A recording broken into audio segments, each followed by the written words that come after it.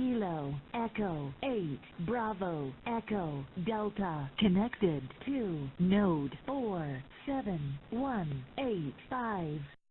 Kilo, Echo, 8, Bravo, Echo, Delta, disconnected.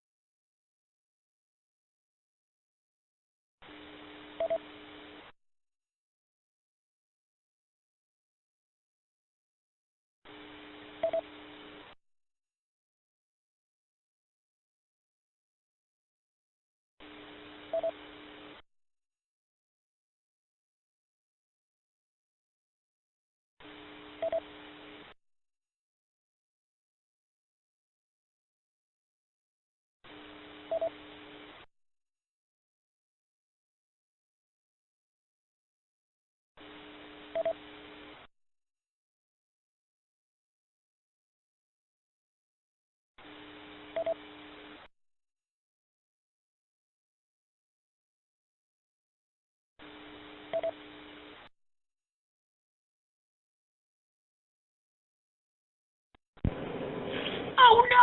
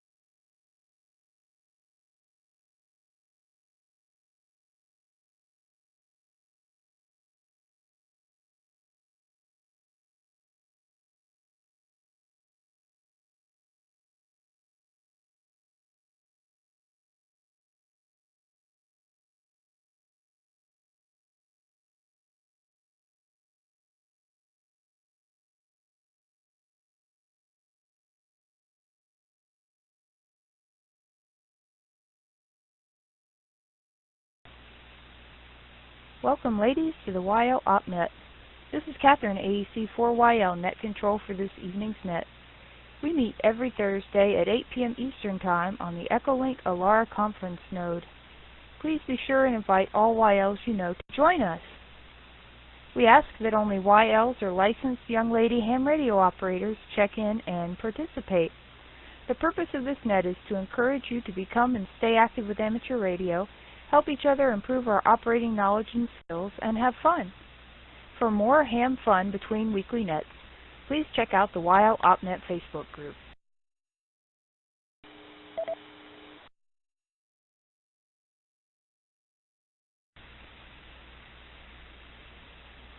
During the net, be sure to join us in the NFARL Do Drop In chat room by opening any web browser and going to nfarl.dodropin.org. Just put your name - call sign in the box and click Log In. YLs who would like to check in, give us your call sign, name, and current location. And don't forget that there is a 3 to 4 second delay when transmitting through EchoLink. This is Catherine, AEC4YL. We will now begin taking check-ins. Please call now.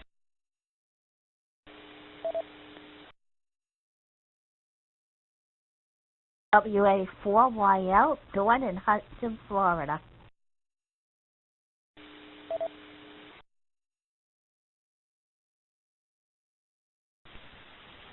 AE7MB, Margaret, Battleground, Washington.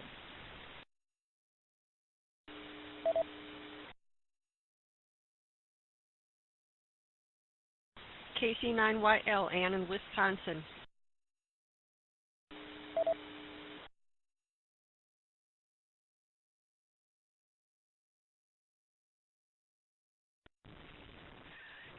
KC1EEO, Brenda, Connecticut.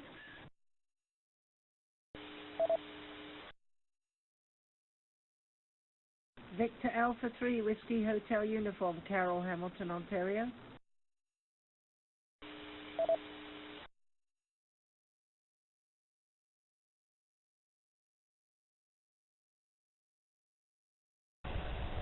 Net control, this is Kilo Bravo 3, India Charlie Charlie, KB3 ICC.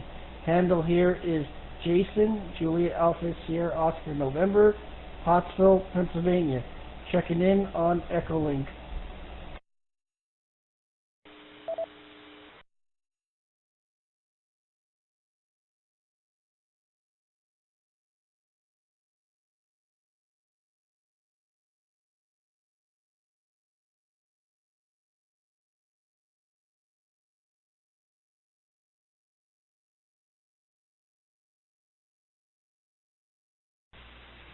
Okay, very good. Let's start with those check-ins. Starting off, we have Dawn, WA4YL, joining us from Florida this evening. Good evening, Dawn. Margaret, AE7MB, joining us from Washington. Good evening. Ann, KC9YL, checking in from Wisconsin. Good evening, Ann. KC1EEO, Brenda, joining us from Connecticut this evening. Carol, VA3WHU, joining us from Hamilton, Ontario, Canada. And Jason, KB3ICC from Pennsylvania. It's good to hear you and encourage you to listen in. This is a YL net. It's a net for lady ham radio operators and gives us an opportunity to enjoy and talking about amateur radio and educating each other.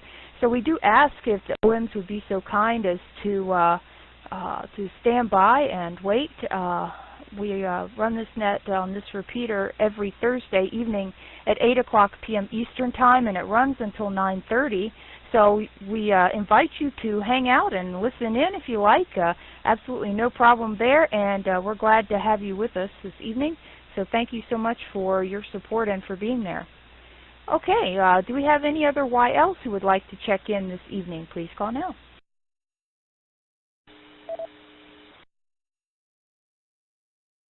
SGB, Brenda, Roseville, Michigan.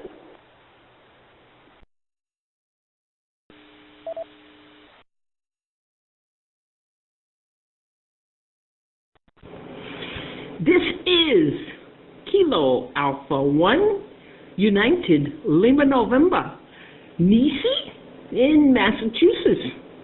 Go New England Patriots. Woohoo!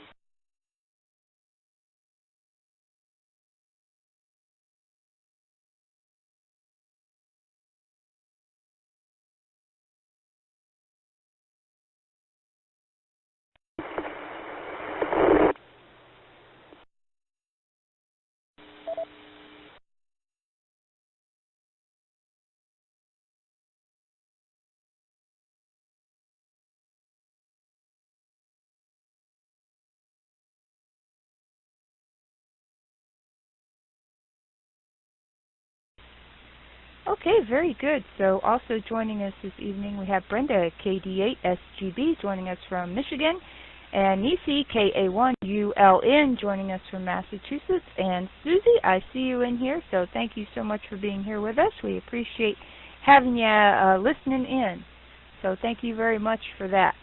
Okay, very good. Let's see. So this evening, we are going to I have a question for the group here, a curiosity question. I wanted to see who all here has ever operated using AM mode. Have you ever operated using AM mode on your radio?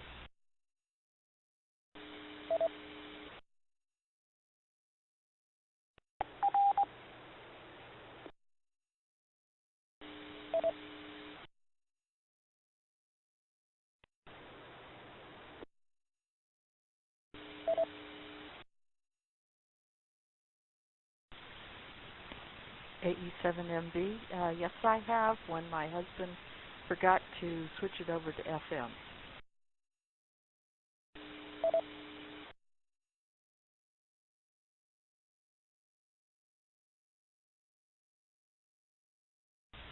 Okay, very good, Margaret. Anybody else in the group ever operate using AM, either accidentally or on purpose?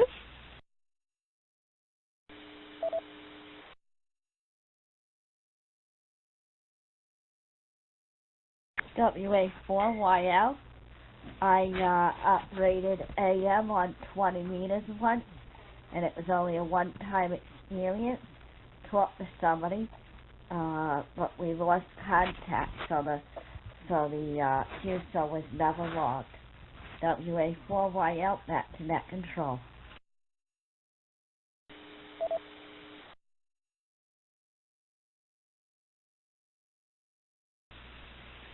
Okay, very good, Dawn. Well, awesome. So tonight I thought we'd take just a few minutes and talk about a really cool event that is happening this weekend. And most of you have an HF rig that will go in. You can operate using the AM mode. And basically there are two requirements on if you can participate in this event called the AM Rally. And the first requirement is you like to get on the air and have fun. Well, I think that's all of us here on the net, which is cool. And the second requirement is you either already operate AM or you'd like to try the AM mode on your rig. So those are the only two requirements or qualifications that you have to have, other than, of course, your amateur radio license, to participate in the AM Rally event that's happening this week. So just a little bit, first off, can anyone tell us the difference between AM mode and your single sideband mode? There's a pretty big difference, and there's a hint in that in there somewhere. There's a pretty big difference. Can anybody tell us what one of the big differences is when you operate AM versus single sideband?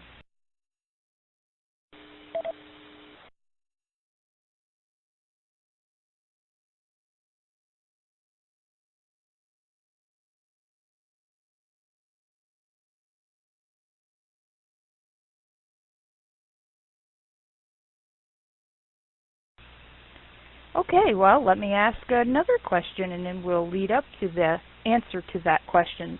And by the way, I just learned a lot of this. This particular piece I was aware of, but I learned a lot of this cool information about AM mode because I didn't know very much about it at all. Just by the discussion that Melanie and I had last night about the AM Rally, and I encourage you, if you're on a computer or if you can use Echolink while pulling up a browser at the same time, I encourage you to go ahead and go to amrally.com, AMRALLY.com. It's got a lot of great information about not only the event, but tips and tricks for using the AM mode. So first off, when you're operating single sideband, most of us know that there are two distinguishing elements to operating single sideband, and that really depends on what band you're on. So pretty much anything from 10 meters and up, you're going to operate. Are you going to operate upper sideband or lower sideband?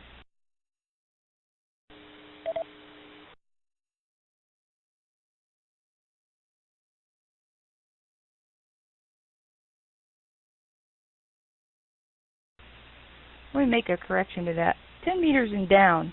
Let's try that again. 10 meters and down. What are you operating, upper sideband or lower?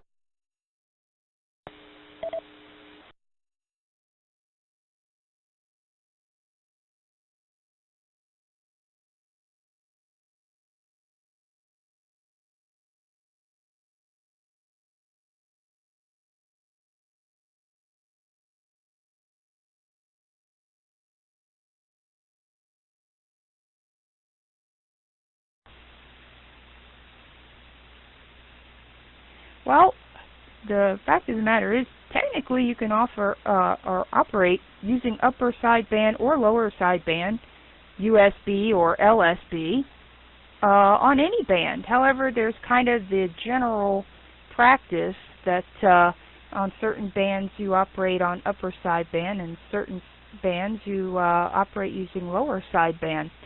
Well, with AM mode, you're actually using those three parts: the carrier, the upper sideband, and the lower sideband. So that's kind of your difference. In single sideband, you're either using the upper sideband or you're using lower sideband. However, in AM, you're using both. Now, what does that mean for your signal when you're operating in AM mode versus single sideband?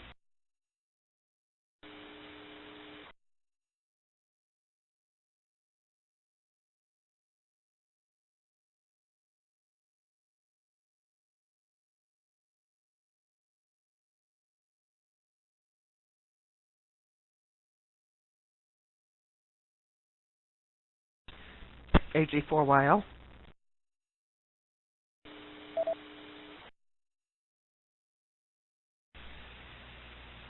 Please, go ahead, Melanie.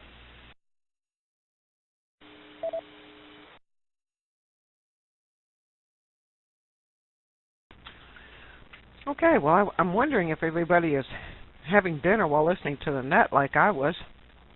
So I'm going to go ahead and jump on in here and get in on the discussion here.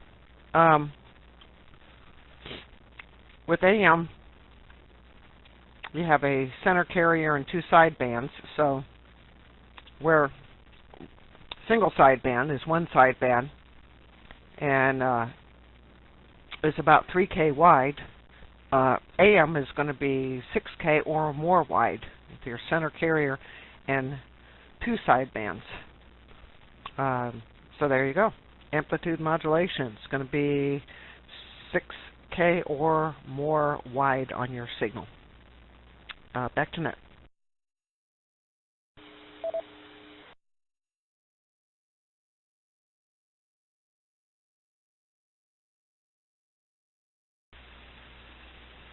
Okay, very good, Melanie. Thank you for that. And you all can actually listen to folks operating using the AM mode. Now, here's the interesting piece of it. If you have your radio set to upper sideband or lower sideband, you can copy an AM signal very clearly. However, the opposite is not true. So if you have your radio set up to operate using AM mode, your upper side or your single sideband counterparts on the radio will sound distorted. So that's one way you can tell whether somebody is operating AM mode if you are operating in AM mode. So can anybody kind of give us an idea of what kind of distinguishing, I guess you could say, AM really has a very high fidelity sound and is known for great sound quality. So let me see if I can locate these frequencies here. So where can you listen to people operating AM? Where can you find it? Well, there are a few frequencies where you can do that. So there's also, there's the suggestions on the best time of day, depending on the time of day when you would have more luck in listening to folks and their AM activity. And so if you like to operate on 80 meters, mornings to midday, as well as late afternoons and evenings, you're likely to hear folks operating AM on 3.730 to 3.740 and 3.870 to 3.890 megahertz. Now on 40 meters, that's your late morning, afternoon, and early evening, so kind of in the middle of your day, so to speak. 7.160 and 7.280 to 7.295. Let me pause for a reset.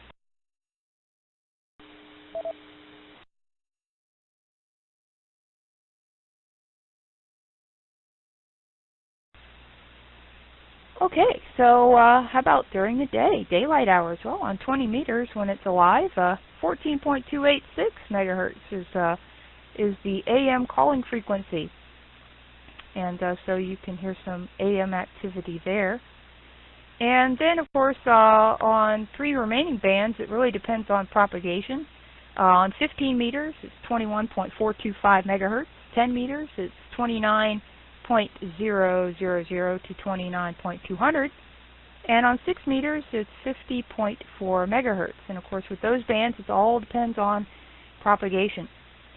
So encourage you to, if you haven't listened to any AM signals or been aware that you have listened to any, you can certainly make it a point to do so. And if you you're not quite ready to play and operate in AM, then you can certainly listen. This weekend would be a great opportunity for you to do so, since there will be increased activity using the AM mode this weekend during the AM rally. Let me pause for reset.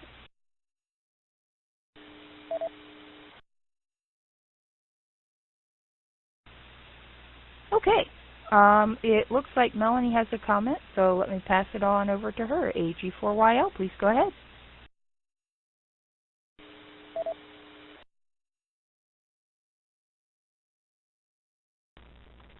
Okay, good evening, AG4YL here. So I have a few comments to make regarding AM and some information that that you all might be interested in. For those of you who are, well, even not, I'm certain most of you have heard the name Bob Heil. And Bob Heil, of course, makes great headsets and microphones for hams, as well as he's been involved in professional sound since, the talk box of the 70s and quadraphonic sound with the Who. Those of you that are either subscribers to Ham Nation on Twit TV or ARRL subscribers or members that get QST may have heard of Bob Heil's Pine Board Project. Now, the Pine Board Project is a do-it-yourself, create your own, roll your own radio, and it's an AM tube radio. It even comes with a microphone amplifier, so you can get on AM.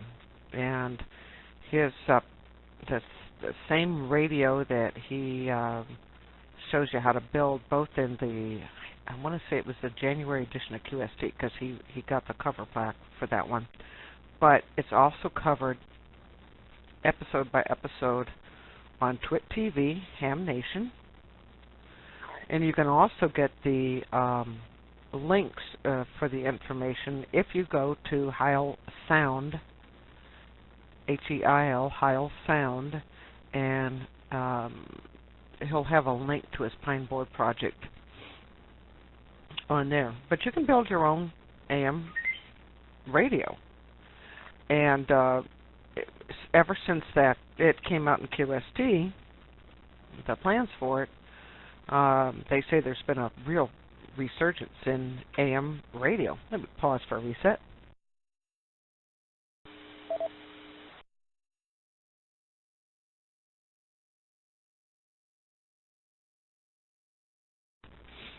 So you can build your own AM radio. You can use, of course, the AM capabilities on your rig. But Bob Heil has been into AM radio since forever. He's been a ham since his college days, and he's not a real young man. So he's been doing it for a long time, and he loves AM, and he gets on AM nets. and some of the links I think that we'll find, and we'll put them all up in the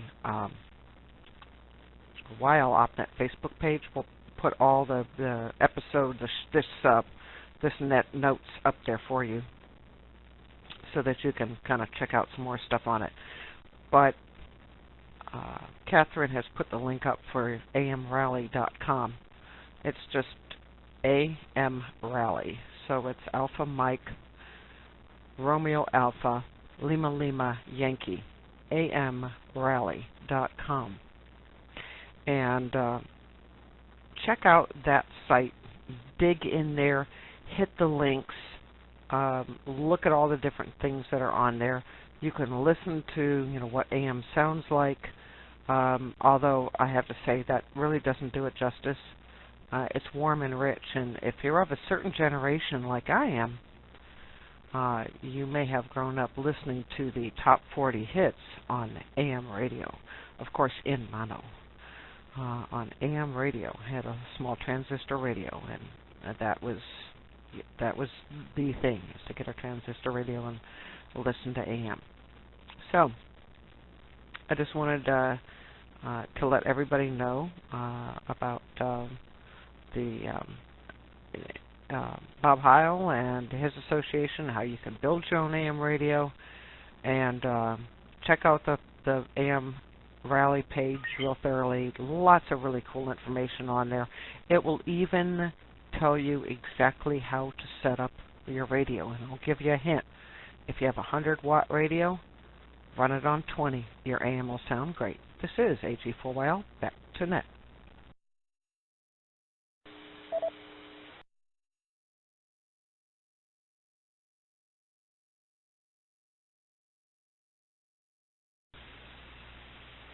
Okay, thank you, Melanie. Appreciate all that great additional information. Lots of good stuff here. Posted a couple of other links as well. There's a great informative site on AM by NU9N, and it's in both chat rooms, as well as a YouTube video that is linked on amrally.com to about locating AM signals, and it tells you and shows you how to do just that. But again, as Melanie mentioned, you don't want to forget that the signal transmitted in AM is in most cases at least 6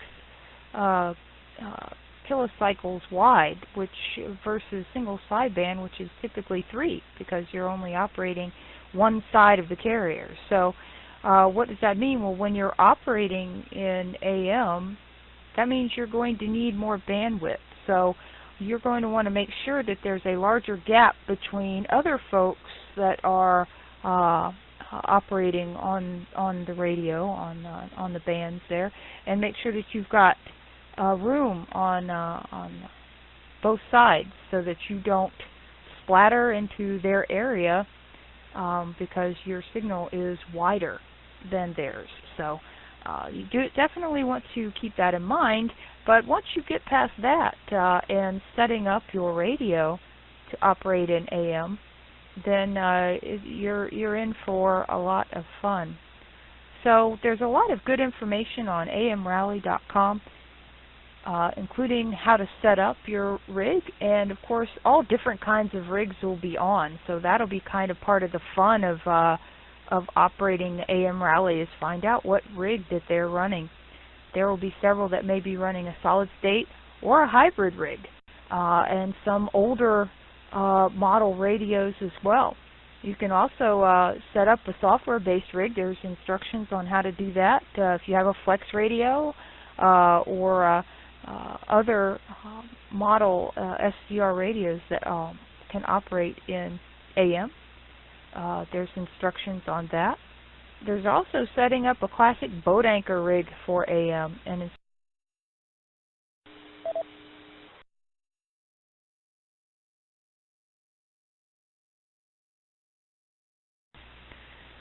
so there's a lot of good information on setting up your boat anchor rig for AM if you have an older model radio, and also some great links for all of those. So another good piece of information is the AM Rally has Q&A thread on qrz.com.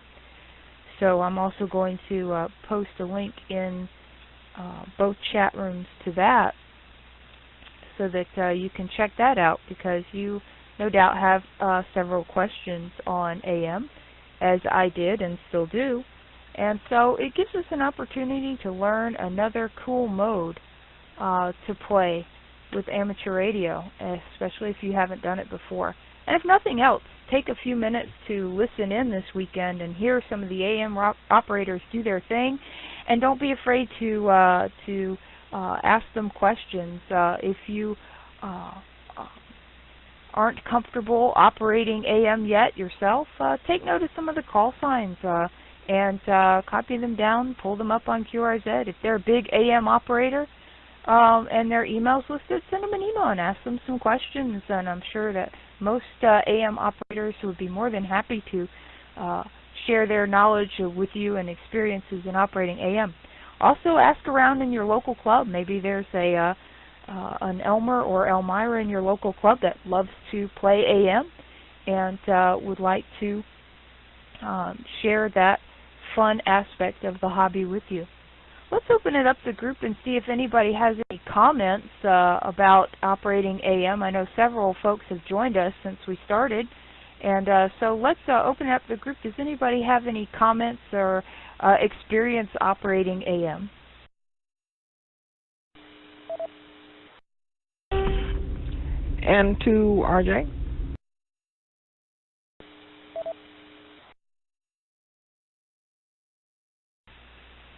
Well, good evening, Rhea. Please, go ahead.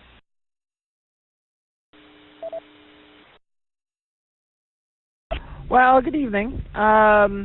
Joining late, actually, mobile driving right now. Yeah, I've been on AM. 3885 is the most popular frequency for AM. It's a calling frequency on 75 meters. If you have a 100-watt radio, you'll run 25 watts carrier maximum, but don't fret, your sidebands will be, with 100% modulation, you'll be at 100 watts. With the amplifier, this means that your legal limit, if you run an amplifier, is 375 watts carrier, which really is a lot of power on AM. So I get on there and I use a lot of power. Gets me out pretty good. The other thing I would say is a lot of AM people are broadcast aficionados, and they're using old broadcast equipment that they quote-unquote saved from the trash heap. So if you talk with them, they'll tell you a lot about that stuff. And typically anything over 200 watts is classified as quote-unquote heavy metal. So you'll hear the term on AM. It's a fun mode. It's it's definitely different and a throwback to the past. And it's a cult. It has a cult following. Back to net and to our.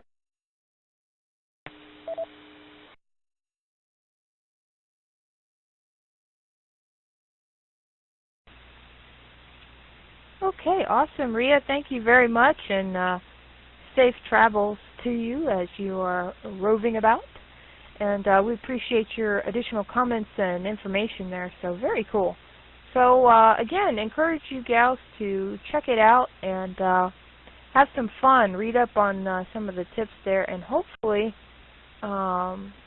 Melanie or I can find the links for some of the cool videos that Bob posted, and check out some of this. There's one that was really cool because he visits a ham in Ohio that has one of the really old large Collins radios, and it's really neat to see that in operation. It's absolutely beautiful piece of equipment. So, and he's one, like Rhea said, that likes to collect radios that are older and have that kind of nostalgia to them, and put them, fix them up, and get them back on the air. So it's a lot of fun, and hopefully either Melanie or myself will find that link, and if not before the end of the net, we'll get it on the WILE.net Facebook group so that you gals can check it out at a later time. And we'll get all these links over there so that y'all can check that out. Okay, any other comments from anyone on AM?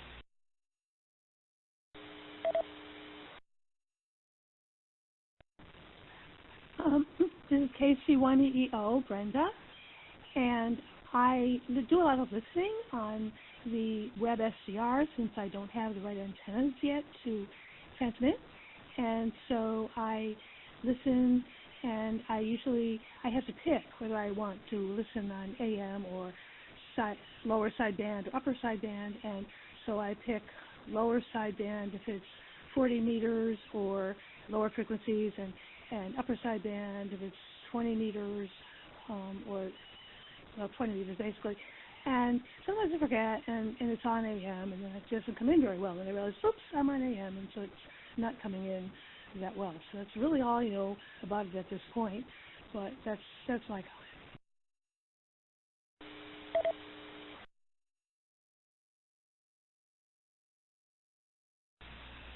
Okay, very cool, Brenda. Well, thank you so much for your additional comments with that. So, yeah, it's pretty neat. Again, on that AM Rally page, if you scroll down, there's a section called Tips and Tricks for using the AM mode, and it gives you a brief definition of amplitude modulation, what it is, and it basically was the first voice mode, and was once the main voice mode in amateur radio. So. There's tips on how to locate and listen to AM transmissions. So check it out. It gives you some great tips, and that YouTube video link is right there on that page in that section. And it tells you how to find AM.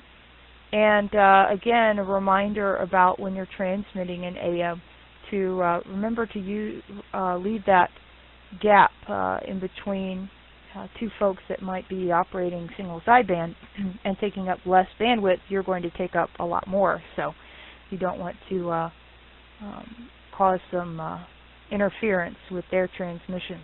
So other than that, it's a lot of fun. So thank you, Brenda. Appreciate that. Any other comments on AM?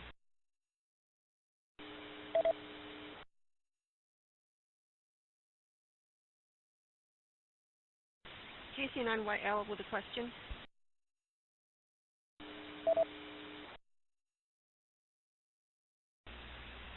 Okay, Anne, very good. Please go ahead with your question, and hopefully we'll have an answer for you, and if not, we shall get one.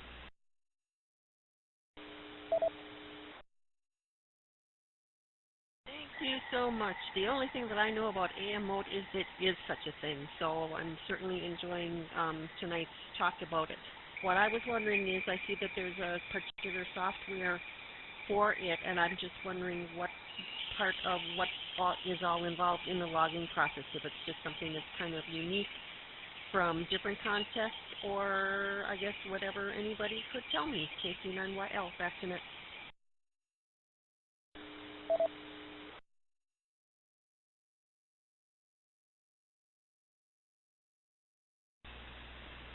Well, Anne, if you're referring to the logging program for it, I believe that's just for this specific event to make it easy to keep track of the score. As far as I know, that's it, but I haven't read into the logging program specifically yet, so I don't really have any more of an answer for you than that. But let's see if anybody else has a comment to your question.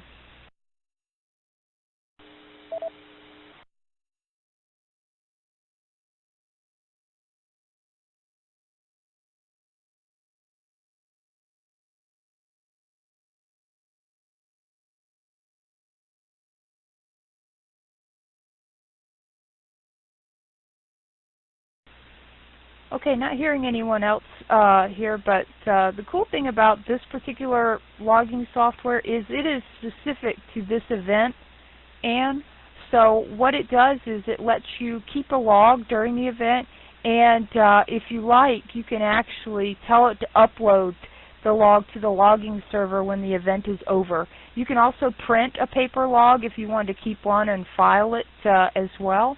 So that's really cool. They say that the install is really simple to use, so that's pretty cool as well. I think Melanie has an additional comment, so let's pass it back over to her. AG4YL, please go ahead.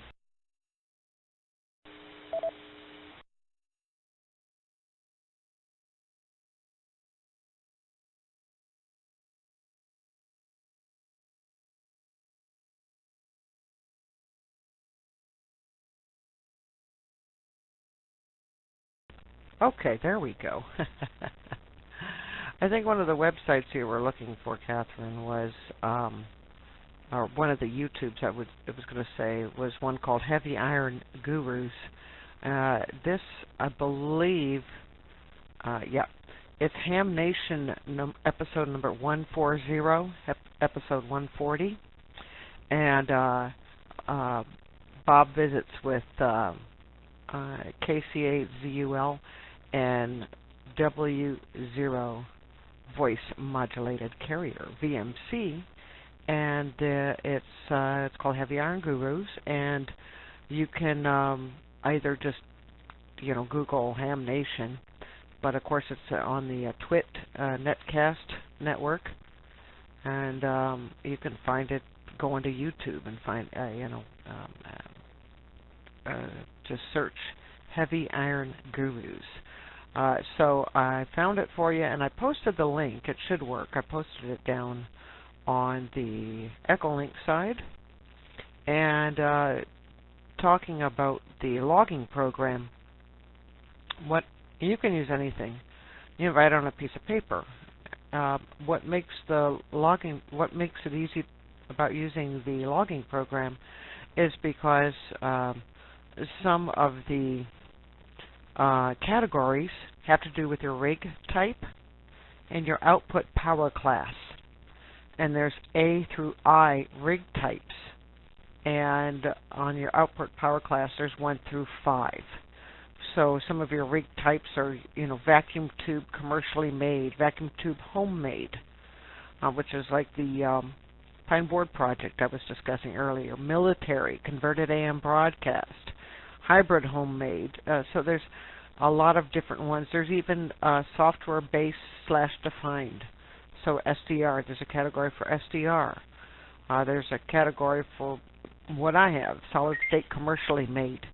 And then there's power, different power outputs, carrier power measured with no modulation. And there's different categories. And the logging software simply makes it easy to put those categories in. Let me pause real quick for a reset.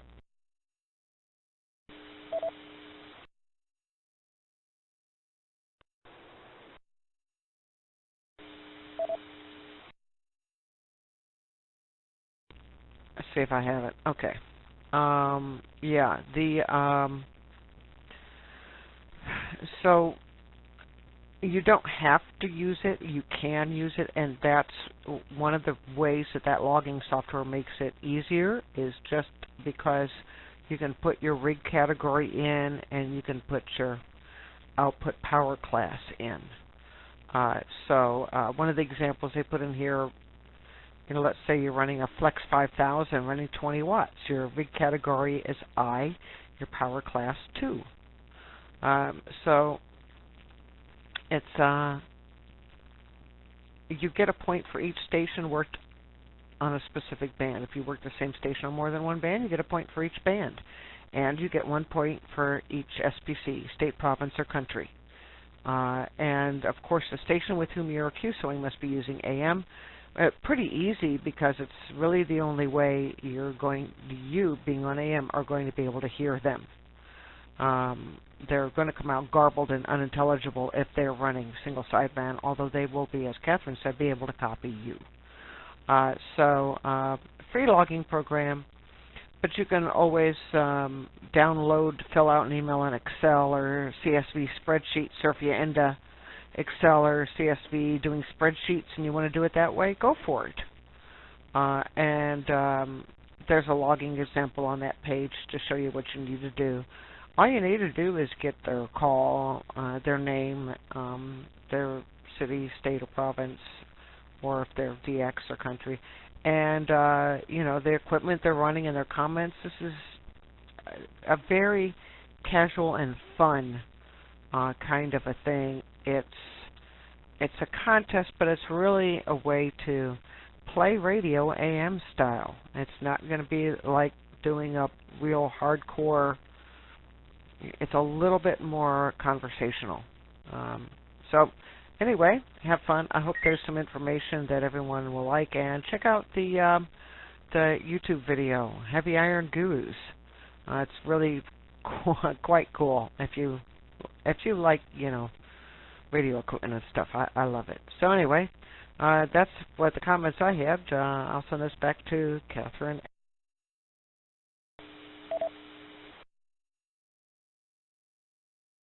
Sorry, cut myself off. Send this back to Catherine and then Annette. This is AG4YL.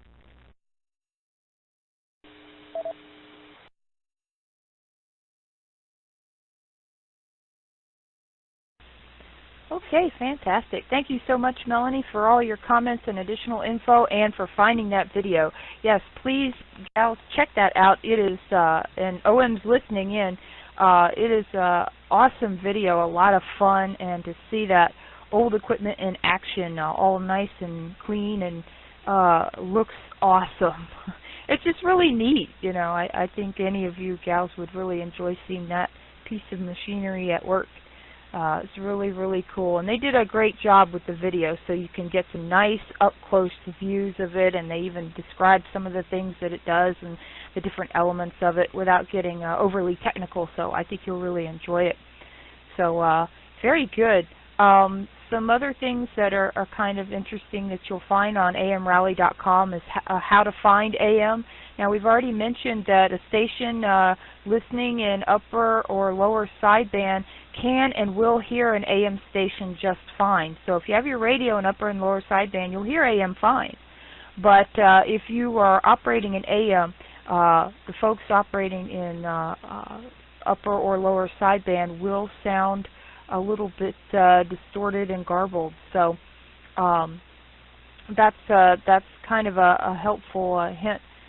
Basically unreadable for an AM station to listen to a single sideband station when they're operating in AM mode. So then we were talking a little bit about how do you find an AM station.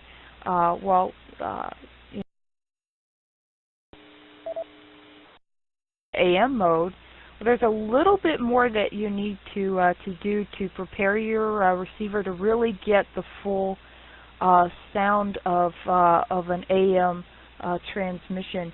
And I mean, obviously you can hear them fine if you have your radio in single sideband, but if you really want to get the full sound effect, so to speak, you want to be sure and turn off any noise blankers, any bandpass filters, any notch filters, and digital signal processor features. Let me pause for a reset.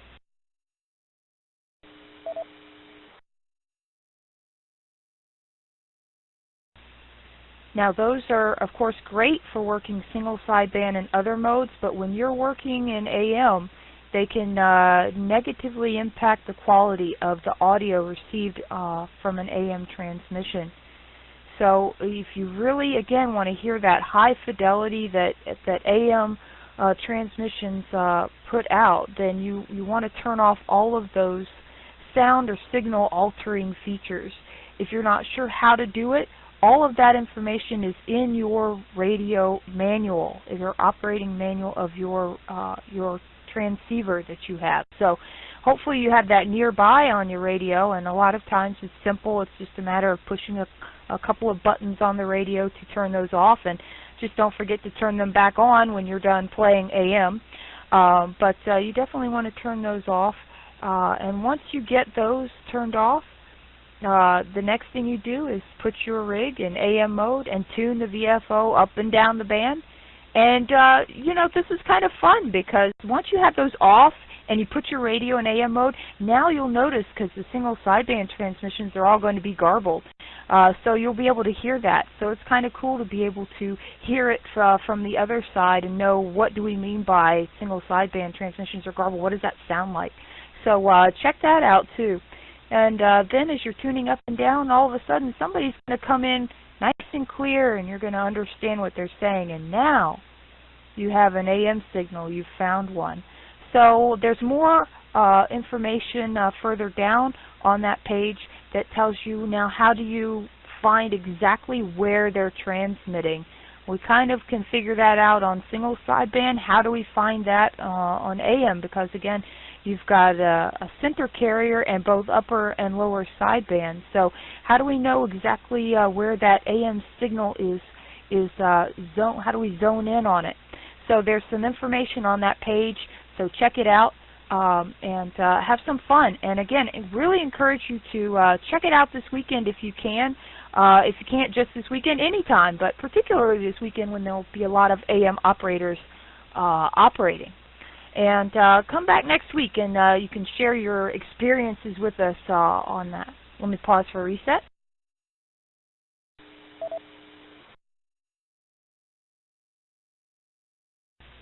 Okay, very good. Do we have anybody else with comments about AM?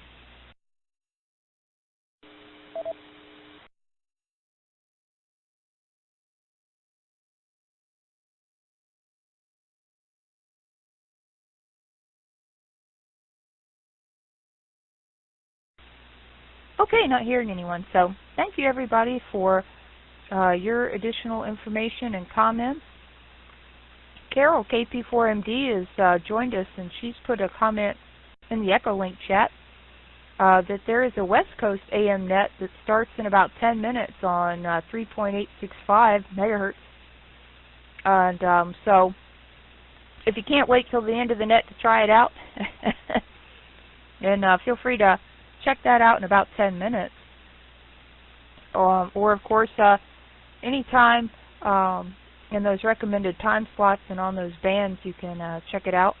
And AM Raleigh has all those listed, and of course we'll have the links for all this on the WILE OpNet Facebook group. Okay, very good. Let me pause for a reset.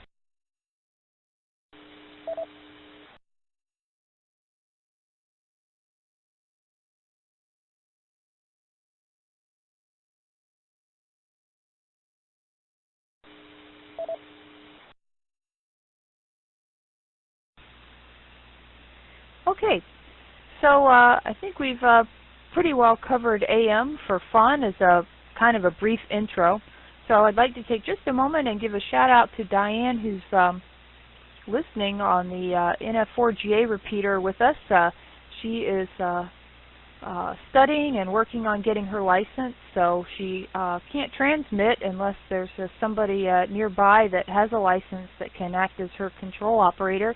But I did want to say hello to Diane over the air here, and she's over in the Do Drop In chat, so chatting with the gals over there. So if you'd like to say hello to Diane there, feel free to hop over, and all the gals that are logged in the Do Drop In chat.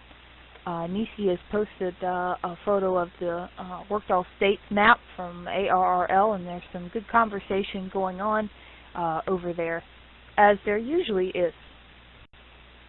Okay, so what I'd like to do now is let's check with Margaret. Margaret, if you're nearby your computer or tablet there, do we plan on having an HF net in about 8 minutes this evening? AE7MB, AC4YL with the group.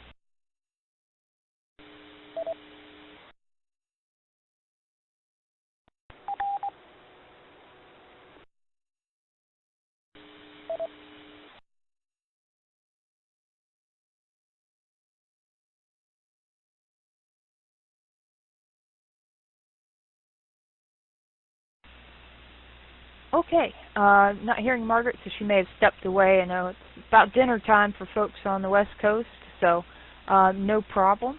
We'll keep our eye out in the chat for any comments on any HF net this evening, if there's going to be one on 14.288 or an alternate frequency on 40. So we'll look for that, and if not, then feel free to stick around here, gals. And KC9YL is headed off to her CW Ops class for the evening. So 33 to you, Ann. Thanks so much for joining us.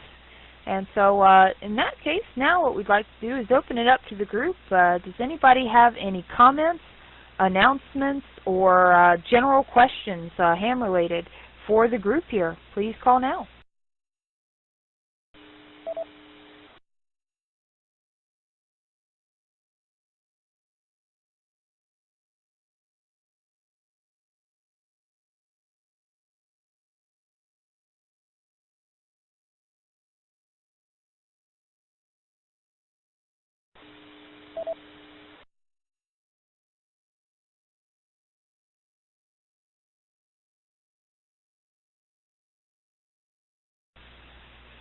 Well, I think I saw Carol key up, but I didn't get any audio. So, Carol, if you have a comment or anything for the group, feel free to come back.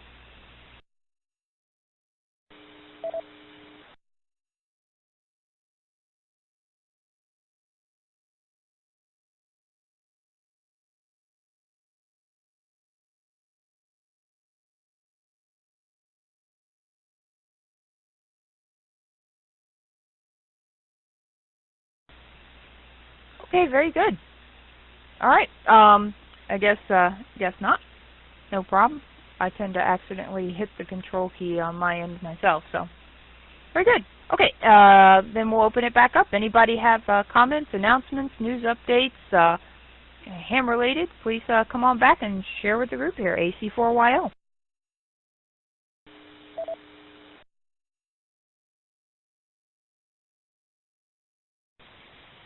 Yeah, this is KP for MD. Just a question. Are you able to hear me? Because I have a user's computer on EchoLink here at the office. I'm in my work right now. Over.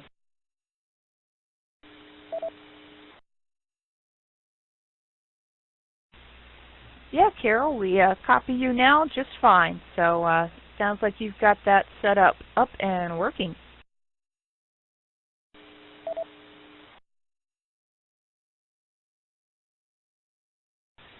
Okay, thank you very much. I'm looking forward to checking into this EchoLink net more frequently in the future. I usually do the Minnow net that's in about an hour and a half. There's less check-ins there, and it's easier to get into that conference.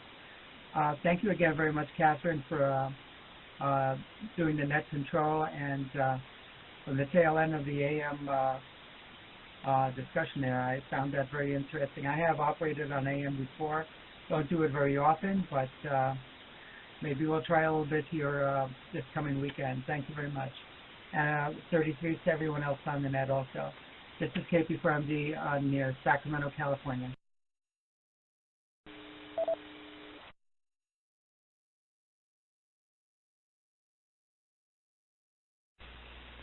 Well, great, Carol. We're really glad to have you with us and look forward to having you here more often, too. So that's great. We look forward to hearing your experiences and comments and any guidance that you can give us as well.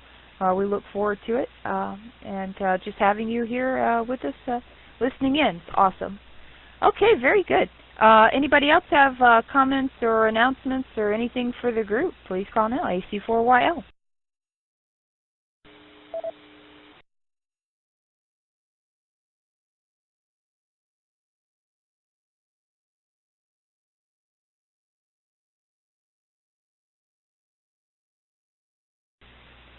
Okay, well, just as a reminder for those that have joined or that are listening in that didn't catch the front end of the net here, please don't forget to check out we have a Facebook group, the WildOpNet Facebook group, where you can go in and if you have additional questions on the topics that we cover on the net or comments or links that you want to share with the group, please do so in that group, Facebook group. You can also share any operating experiences and pictures and events that you attend that you'd like to share with the gals. You're more than welcome to do so. If you need a link for that, you can actually go to qrz.com and in the search box you can type my call, AC4YL, or Melanie's call, AG4YL. Both of us have the links for both that and the YouTube channel that Lauren, KC9ZHV, so graciously set up for us and got the ball rolling with recording this net so that you can catch the audio as well as the visual of the chats that take place during the net so that you can listen to past nets over there. We try to get that every week. It doesn't always work out due to whatever reason, technical difficulties or whatnot. But we do have some very good ones over there, so if you are new to the net and you want to check out some other topics we've discussed, we've covered setting up Echolink and some suggestions on settings. It's a two-part net that we ran there.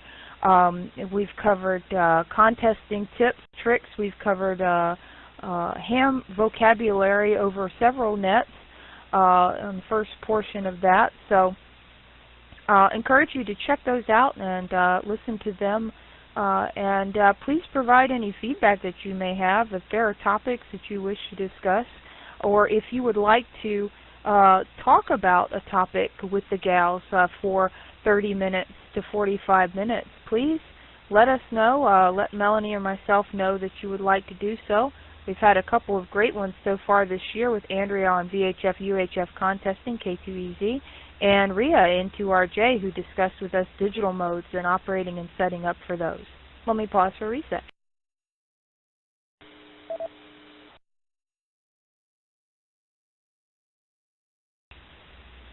Okay, so we'll put that in there. Also, some other news that's kind of current. Those of you following or chasing your DXCC and maybe following the Bouvet Island DXpedition that is trying to get underway. They seem to have had several challenges along the way, but there's an update on ARRL.org's news section.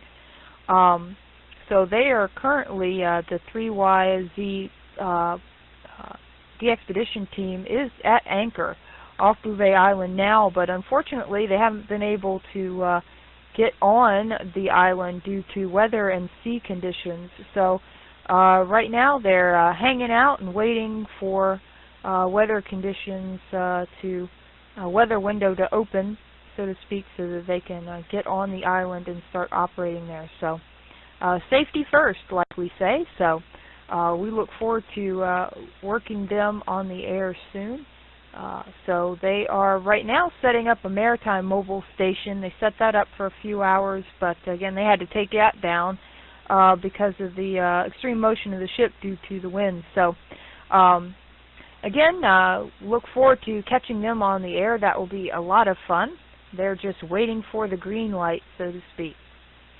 Other news items, Orlando Hamcation is coming up next week.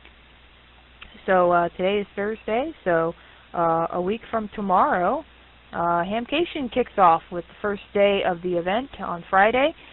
There will be some good forums there, and hopefully some of you gals will be there. I do know that Dawn will be there, and Melanie and myself will be there, and I believe Rhea will be there. I think, Rhea, you're coming down with your kids, I believe. And I think Andrea was going to try and make it. I'm not sure if she has that definite yet or not, but I know she's going to try and come down. And I think Michelle has a couple of friends, W5MQC, who will be there. She won't be able to make it, but we'll have some folks from Oklahoma down there as well. So that'll be a great event, and there's some additional info on that too. Let me pause for a reset.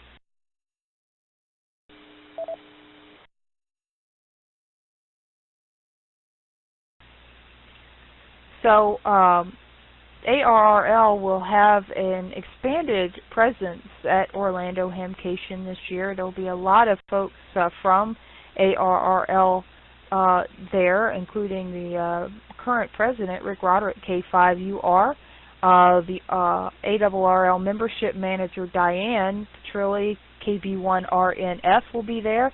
Yvette Vinci, KC1AIM, who's the ARRL Member Services and Circulation Manager. And, of course, Bob, NQ1R, the Marketing Manager, will be there. And several division directors and vice directors and section managers will also be there.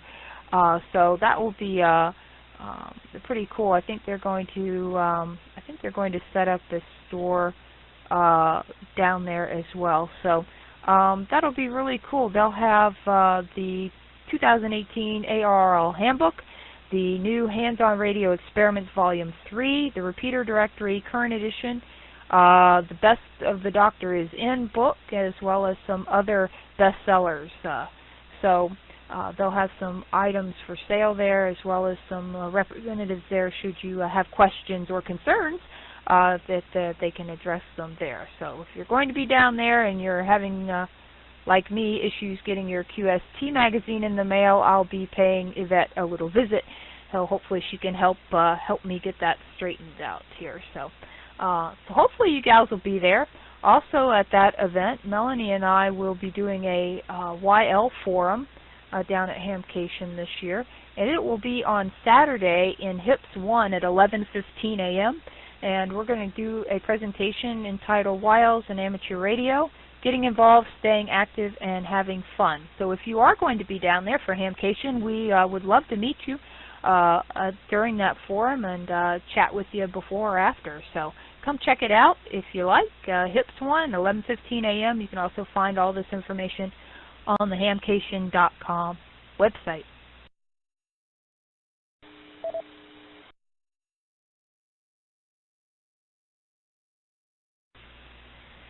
A little bit other pieces of information that you gals might find interesting. I don't know about you all, but I'm already getting excited and fired up about Hamvention 2018 that will again take place at the Greene County Fairgrounds and Expo Center in Zinnia, Ohio.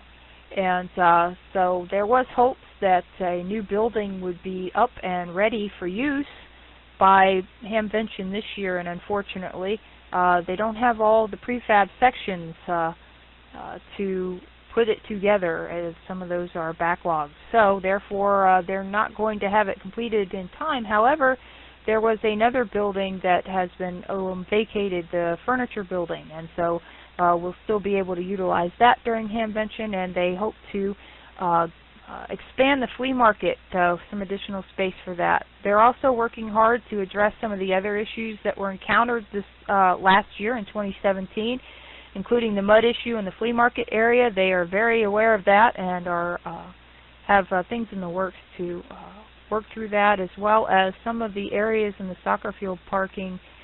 There were some low areas where there were some issues there with folks having trouble getting out due to the weather. So they are trying to address all of these concerns. Again, it's a huge undertaking to get that together, and so hats off to Dara and all the folks and volunteers that work very hard to put that event together. It is not a piece of cake. It takes a lot of hard work, dedication, and a lot of hours that are put in. So encourage you to check that out. That's also on the ARRL.org news site. You can find the brief article on some of the things that they are working hard to address there.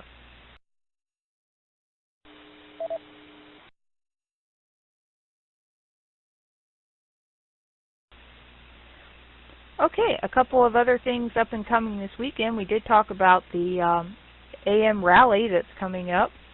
There's also a couple of other cool events going on. The Vermont QSO Party, the Minnesota QSO Party, the British Columbia QSO Party is all happening this weekend. So if you need Vermont or Minnesota for your worked all states, this is the weekend to get on and try to work those folks. And if you are looking and trying to get your provinces for Canada, then it's a good opportunity for you to work British Columbia, BC this weekend. So check that out. There's also the 1010 International Winter Contest on single sideband. That too is happening this weekend, a big chunk of time on the 3rd and the 4th. So check that out. You can find all of this on contestcalendar.com, which is the WA7BNM ham radio contest calendar, and you can do an 8-day view is the most simplistic for me. but you can also check out the 12-month view, and there's also a listing of the state QSO parties if you are looking for certain states for your worked all states in any mode. So you can check out all that information there. So I encourage you to do so.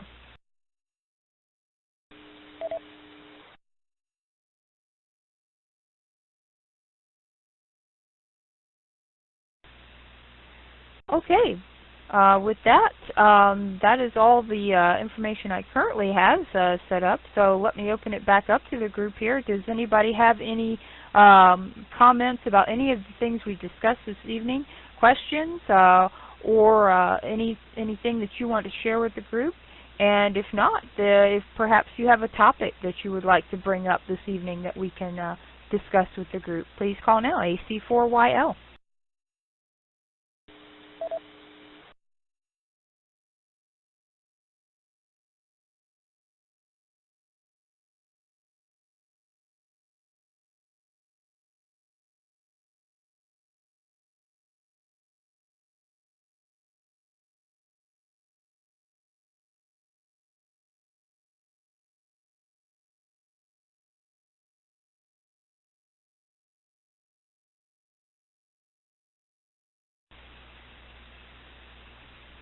Okay, not hearing anyone, so let's see if we have any other YLs who have joined us this evening and have not had an opportunity to check in.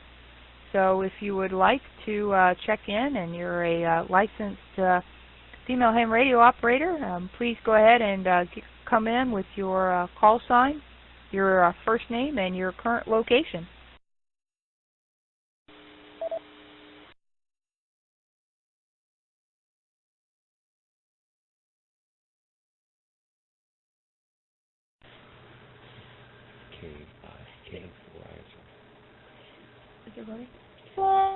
KN4ISY, Lena in Stockbridge. I found you on the radio here. It's very nice to listen to y'all. Had a very cold winter here, and I will look for y'all again. Thank you very much. KE5RPI. Over.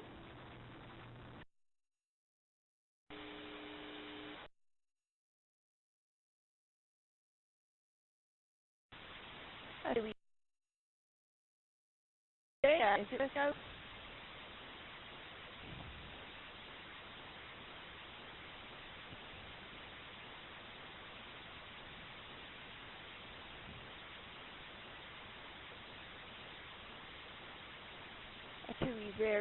TLD, is it working? Over. It's my first time transmitting on here.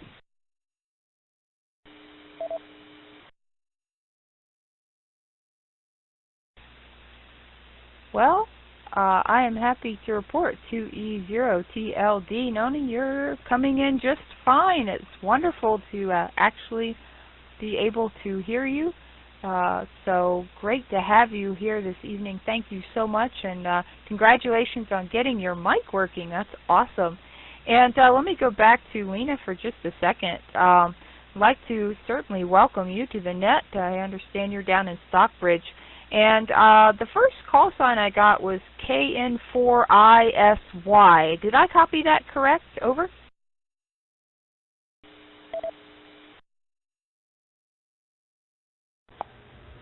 Yes, ma'am. It's our youth club call sign.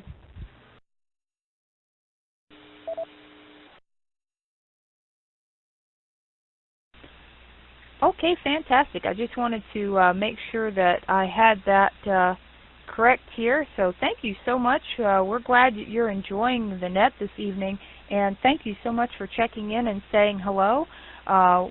This net runs every Thursday evening at 8 o'clock p.m. Eastern Time. Regardless of the time change, it's always 8 p.m. Eastern. So, and it's right here on the EchoLink ALARA Conference node if you get EchoLink set up, but you can also, as you did, check in through RF, through the NF4GA repeater if you are in the North Fulton area or anywhere within the extent that repeater will reach. So thank you so much for saying hello. Welcome to the group, and we look forward to hearing from you anytime you can come in and join us.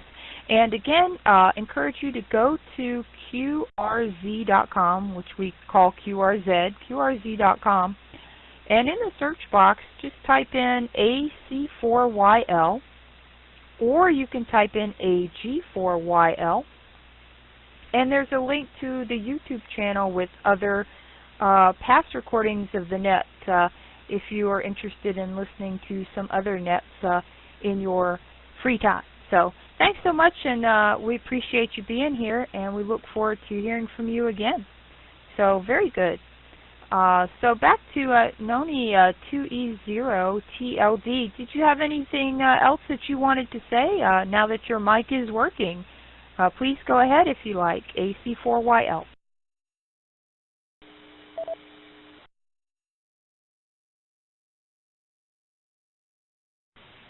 Yeah, this is Casey from MD.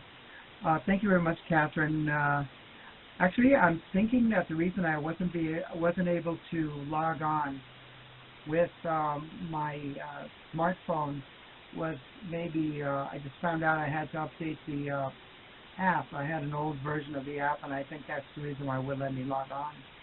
But I'll try it again since I just updated it, and maybe it'll make it a little easier for me to log on when I'm not at my desk here in the office here. So thanks again, ladies, and I'm looking forward to seeing you all. I am planning to go to the YLRL convention in Oklahoma City in August, and perhaps giving a talk there, and really looking forward because this will be my first time attending the convention there. So good evening to everyone. This is KB4MD in near Sacramento, California, now signing off. Bye-bye.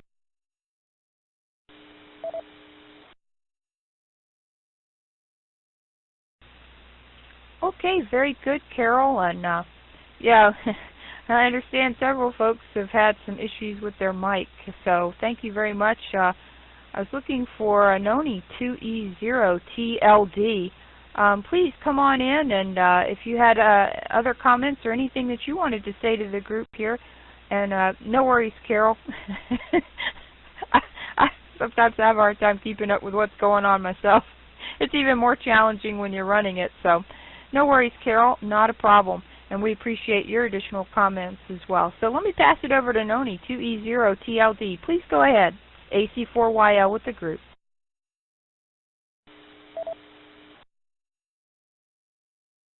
Yeah,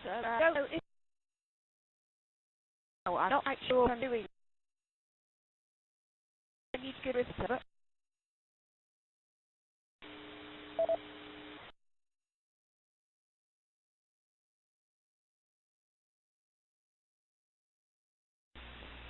Okay, well, I didn't quite catch all of that. There was a little bit of an echo, and I'm not sure if you're on a computer or a phone or a tablet, but just as a heads up, I don't know as well if you're using a particular key on the keyboard to transmit, but you, depending on your settings, if you are pushing it and releasing it, then it starts transmitting and then unkeying unless you have it set to leave the mic open by just a single press and then a single press of the key again to unkey.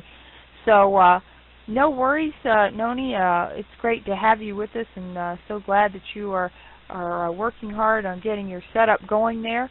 And again, for all the YLs here, as you are doing troubleshooting with your Echolink setup, encourage you to, at any time, you can always click on Station at the top left of your Echolink screen on the computer and choose Connect to Test Server. And all that test server does is play back whatever you transmit to it. So if you want to test your audio settings, if you want to test whether your keys that you use to key up are working or not, that is a great way to do it. And again, you can do that 24/7. You can always check it out. So, Noni, let's see. It looks like you. Okay, you were trying to use the space bar. Okay, So I'm not sure if you were you hitting the space bar and then releasing it, or were you holding the space bar down, Noni? You can type it in, or if you like to try and come back, please go ahead.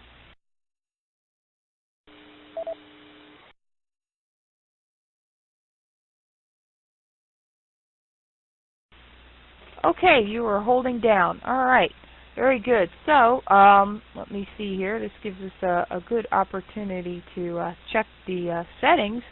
So if you gals are on Echolink on your computer, if you go to Tools, the Tools menu on the top left, and you choose Preferences, there's 4 tabs there. There's List, Connection, Security, and Signals up at the top of that little dialog box that pops up. And if you click on the Connections tab, which is the second one, there's a button there that says PTT Control. PTT Control. If you click on that, another little box will pop up that says Push to Talk Settings.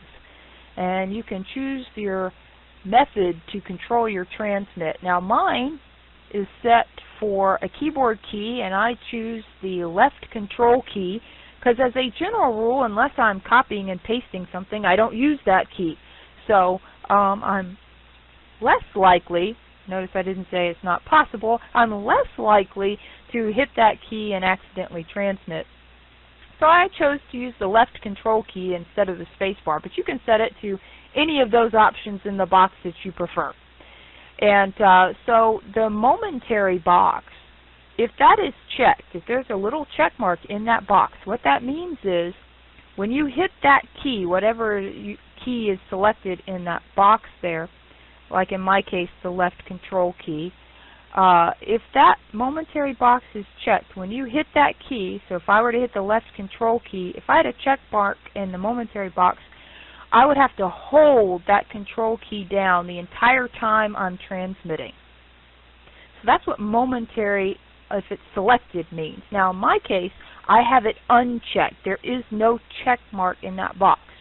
What that allows me to do is hit the left control key and release it and transmit. So I am not holding that key down right now as I am speaking to you all. And then to unkey, I simply hit the key again. So let me pause for a reset, and I'll do just that.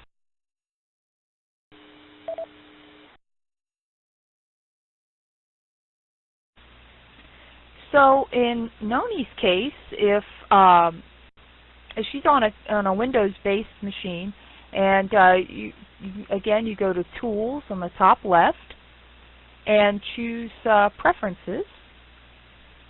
Then click on the Connections tab, which is the second one over. And then there's a button called PTT Control. You click on that, and then you can choose what you want as a hotkey on your keyboard to transmit. And also if you want to use the momentary feature where you have to hold the key down the entire time you transmit, or if you just want to be able to press it, talk, press it again to stop talking, then you can choose whether you want to enable or not enable the momentary option. Now system-wide is a little bit different.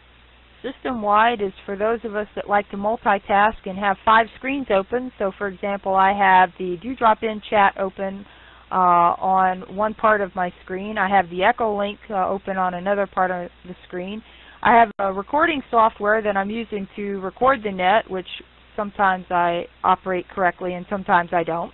I have the N3FJP log program open so that I can log check-ins for the net that I keep track of. So I also have the Word document that has my intro script open and closed for the net. You'd think I'd have it memorized by now, but I still kind of like to have it there. So I don't have any windows open, as you can tell, but the system-wide box, if it is checked, means whatever window I am operating on. So if my focus is I have the Word document up and that's what I've clicked on as the last program I've clicked on to use, I can still hit that left control key to stop transmitting or start transmitting in Echolink. That can be good and that can be bad. Some of us would prefer to lean on some of the built-in tools to help us not exceed our time limit. or not accidentally key up. So those options you can change and adjust as you get more comfortable in transmitting with Echolink. The other thing when you want to transmit, if you don't want to use the keyboard key, is the little lightning bolt in the upper left-hand corner of the Echolink screen. Let me pause for a reset. Node 47185.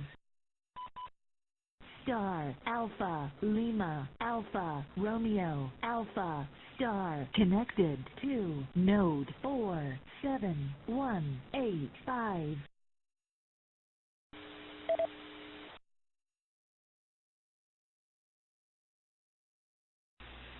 Okay. So the other way to transmit on Echolink is the lightning bolt button in the top left-hand corner. And the way that works is you simply click on it, and it'll look like it's depressed, it's pushed in. You transmit. And then you click on that button again to stop transmitting, and that's how that works. Now, the trick is, as Melanie and I have mentioned before, is to be sure and set your timeout timers options correctly so that you don't time out repeaters that you might link into using Echolink or any other ham radio equipment that has timeout timers. You don't want to time out repeaters and your transmissions to be too long. So again, you can find all the information on basic setup and Echolink operation by pulling up the Echolink 2-part net on the YouTube channel. You can also subscribe to that YouTube channel, and what that will do is anytime a new net recording is uploaded, it will just send you an email and let you know, hey, there's a new one, and that's all that does. So encourage you to subscribe if you're not already subscribed, and again, it's a kind of a thing I'm trying to get better at, and making sure that we do our best to get every week recorded and uploaded. So hopefully you gals find that useful and helpful. So any questions or comments on the Echolink settings while we seem to be on that topic? And I apologize if I'm boring any of you with it.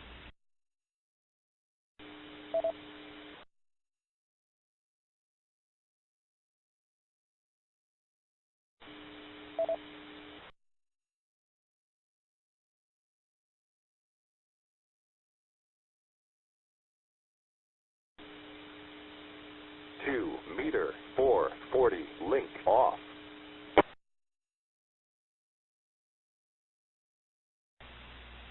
Okay, very good. So in case any of y'all are wondering what that last little notification was, the NF4GA repeater links, they're 2 meter, 440, and I believe they're 900 megahertz repeaters for this net.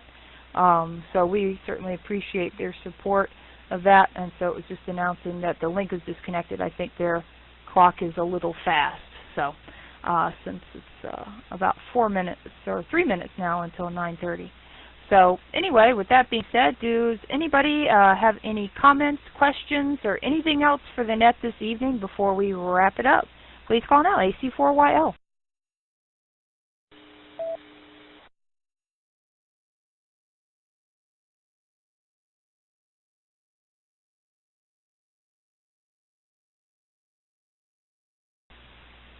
Okay, not hearing anyone, so with that, would like to say that we will be running and here on the net next week.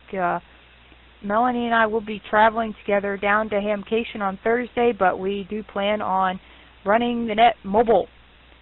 So we'll be down in Florida, and we'll be looking forward to checking in with you guys mobile. So if you have, again, any, if you would like to run the net at any point and be a net control for even just a portion of the net, if you want to see what that's like, we encourage you to reach out to us and let us know. It's nice to have some folks that are comfortable running a net as a good backup for when excuse me, one of us can't make it or whatever, something comes up, it's nice to have some backup for some folks that are willing to run it. So we encourage you, if you've never experienced running a net and have an interest in doing so, let us know. If you have lots of experience running a net and you would love to take an opportunity to run this one, just let us know. We'd love to have you. You gals make this net what it is, and hopefully you all find it enjoyable, helpful, and encouraging, and hopefully it fulfills its purpose. So we love having you all here, and I certainly really thoroughly enjoy spending time with you all every week. It's coming up, well, it's now past 3 years since this net kicked off. So anyway, with that, we'd like to again encourage you to visit our WildOpNet Facebook group. We'd like to take a moment to thank Lauren, KC9ZHV, for live streaming and recording of this net and making it available to all through YouTube. We'd also like to thank ALARA for the use of this EchoLink conference node, the North Fulton Amateur Radio League for their Drop-In chat room, and all who are linked and listening for your ongoing support of this net. This is Catherine, AC4YL, and I'll go ahead and close out the WildOpNet and return the ALARA conference to normal use. 33, ladies. We'll see you next week.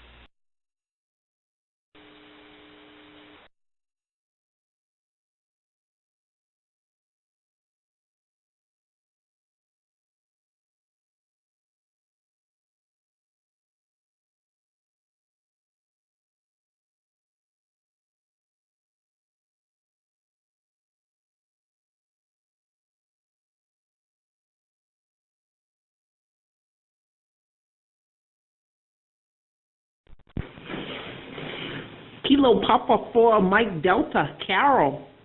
I'm so happy you made it this week. First time I heard you. So welcome. This is KA1ULN Nisi.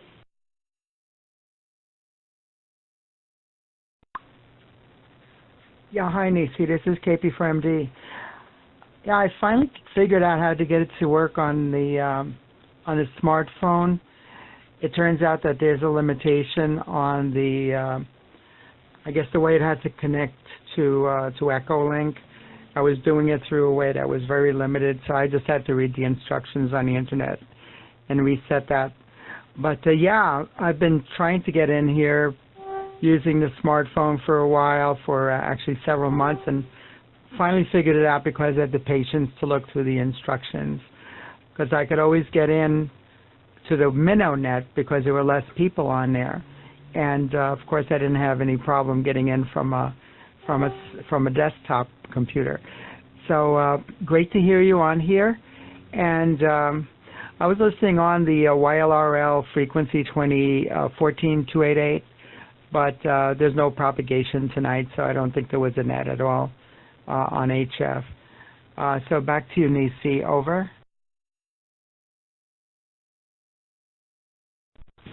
Thank you. Hey, you got a great QRZ page and a great web page. I was just looking at. I don't know why I never looked at them before. Lots of great information. Lots of great information. I'm actually going to try a couple of your antennas, but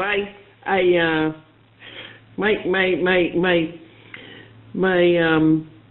big project has been making my KX3 fully portable. So I got one of those Bio Inno Power batteries, the 12 volt, 6 amp hour batteries. So that was the last thing that I had to get. I had to decide which one to get. So I am fully portable. I got MFJ's 1899T Tango antenna. It works really good. It has 6 through 80, but then I also got the OPEC HD T600, I think, and it goes 2 to 160. It's more of a mobile HF antenna, but yeah. Anyway, I love my KX3. Back to you, my friend.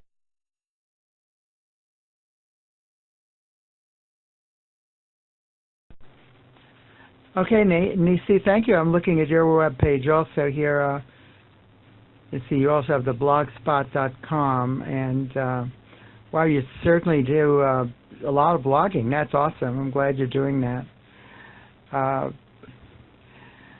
And the KX, I love my KX3 as well. I do have a, what I use to power it though, I do have the batteries, the internal batteries. They don't last very long.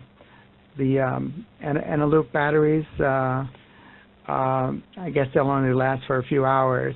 But what I have used the KX3 with as a power supply is one of the jump starts that I got from Harbor Freight. It's got a 17 amp hour lead acid battery in there, and when you have that thing fully charged, you can use that as a supply for the KX3, and it'll probably last an entire day. It just it's got plenty of reserve in there, and they were pretty cheap. They were on sale for like $39. And to charge them, you just plug it in the wall. You could also use it to jump start your car if it stalls and your battery's dead. So I have a lot of fun with that. I use my KX3 mostly when I go operating at the vacation condo down in San Juan, Puerto Rico. But we've also used it when we go out with some of the club picnic activities and things like that. It's an awesome radio. Really do love it. So, yeah, I'm curious. You said that MFJ antenna. I don't see it listed on your QRZ page, but I was wondering if you could give me that model number one more time. I wanted to look that one up, that one that you used over.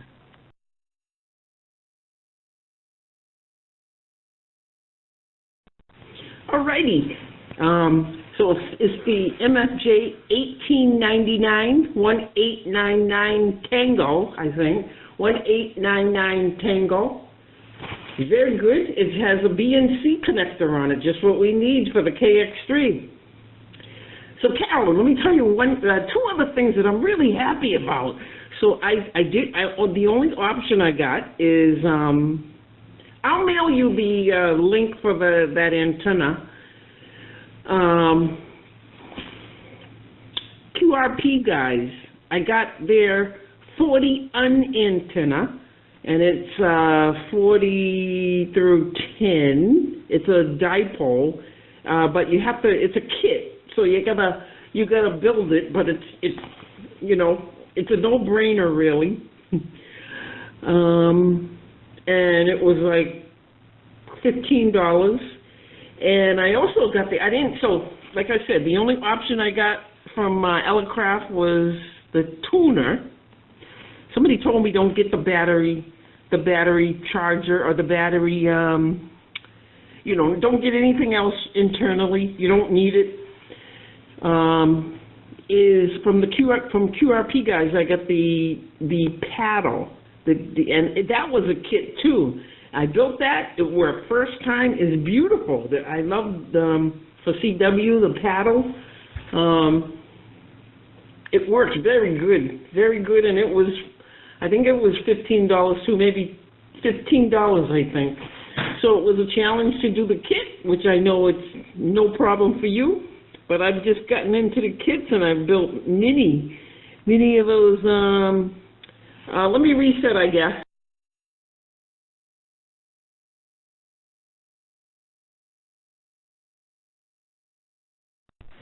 I don't know. I guess I don't have to. I built many of those QRP, what do they call those? Those 40-meter little pixies. The frequency is 7023. I'm going to try to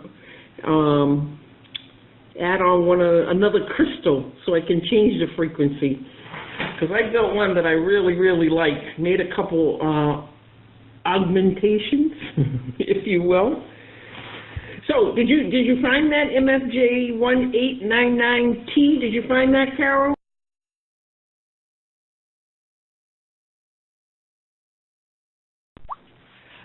Yes, Nisi, I'm seeing it. That's looks like a cute little antenna.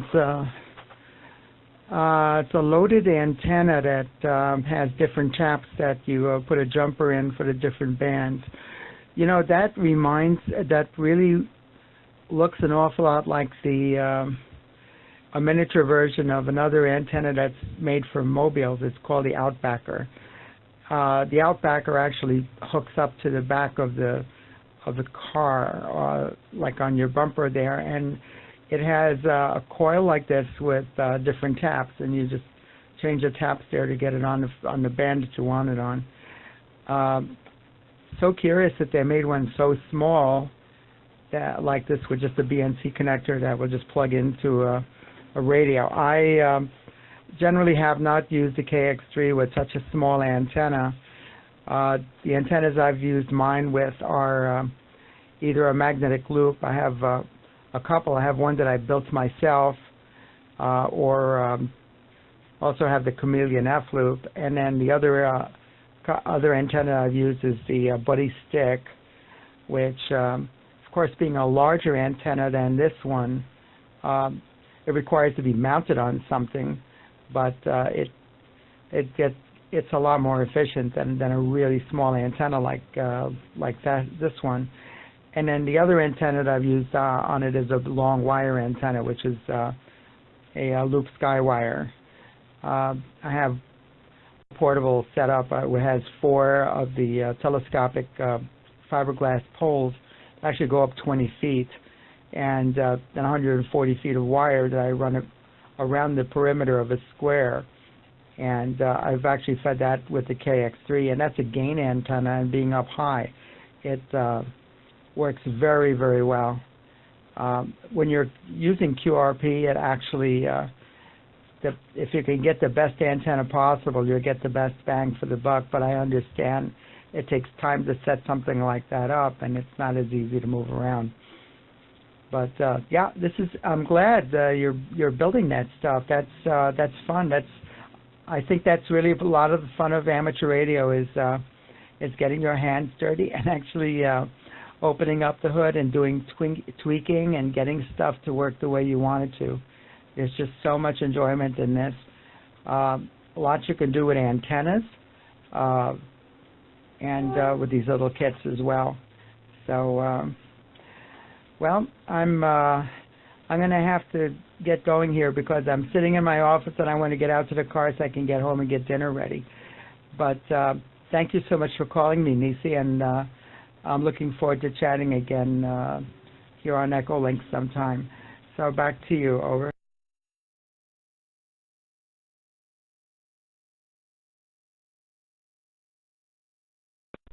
All right, QSL, Carol, thank you. Ditto. I enjoyed chatting with you. I'm going to email you a couple of links. That OPEC HVT 600 is the same as the MFJ antenna, but it's huge. It's got the little jumpers. I'll mail you this. I'll mail you a couple of pictures. They both work really well. All right, Carol, go home and enjoy. Have a great weekend. Drive safely. Kilo Papa 4, Mike Delta, KA1ULN 33, Carol.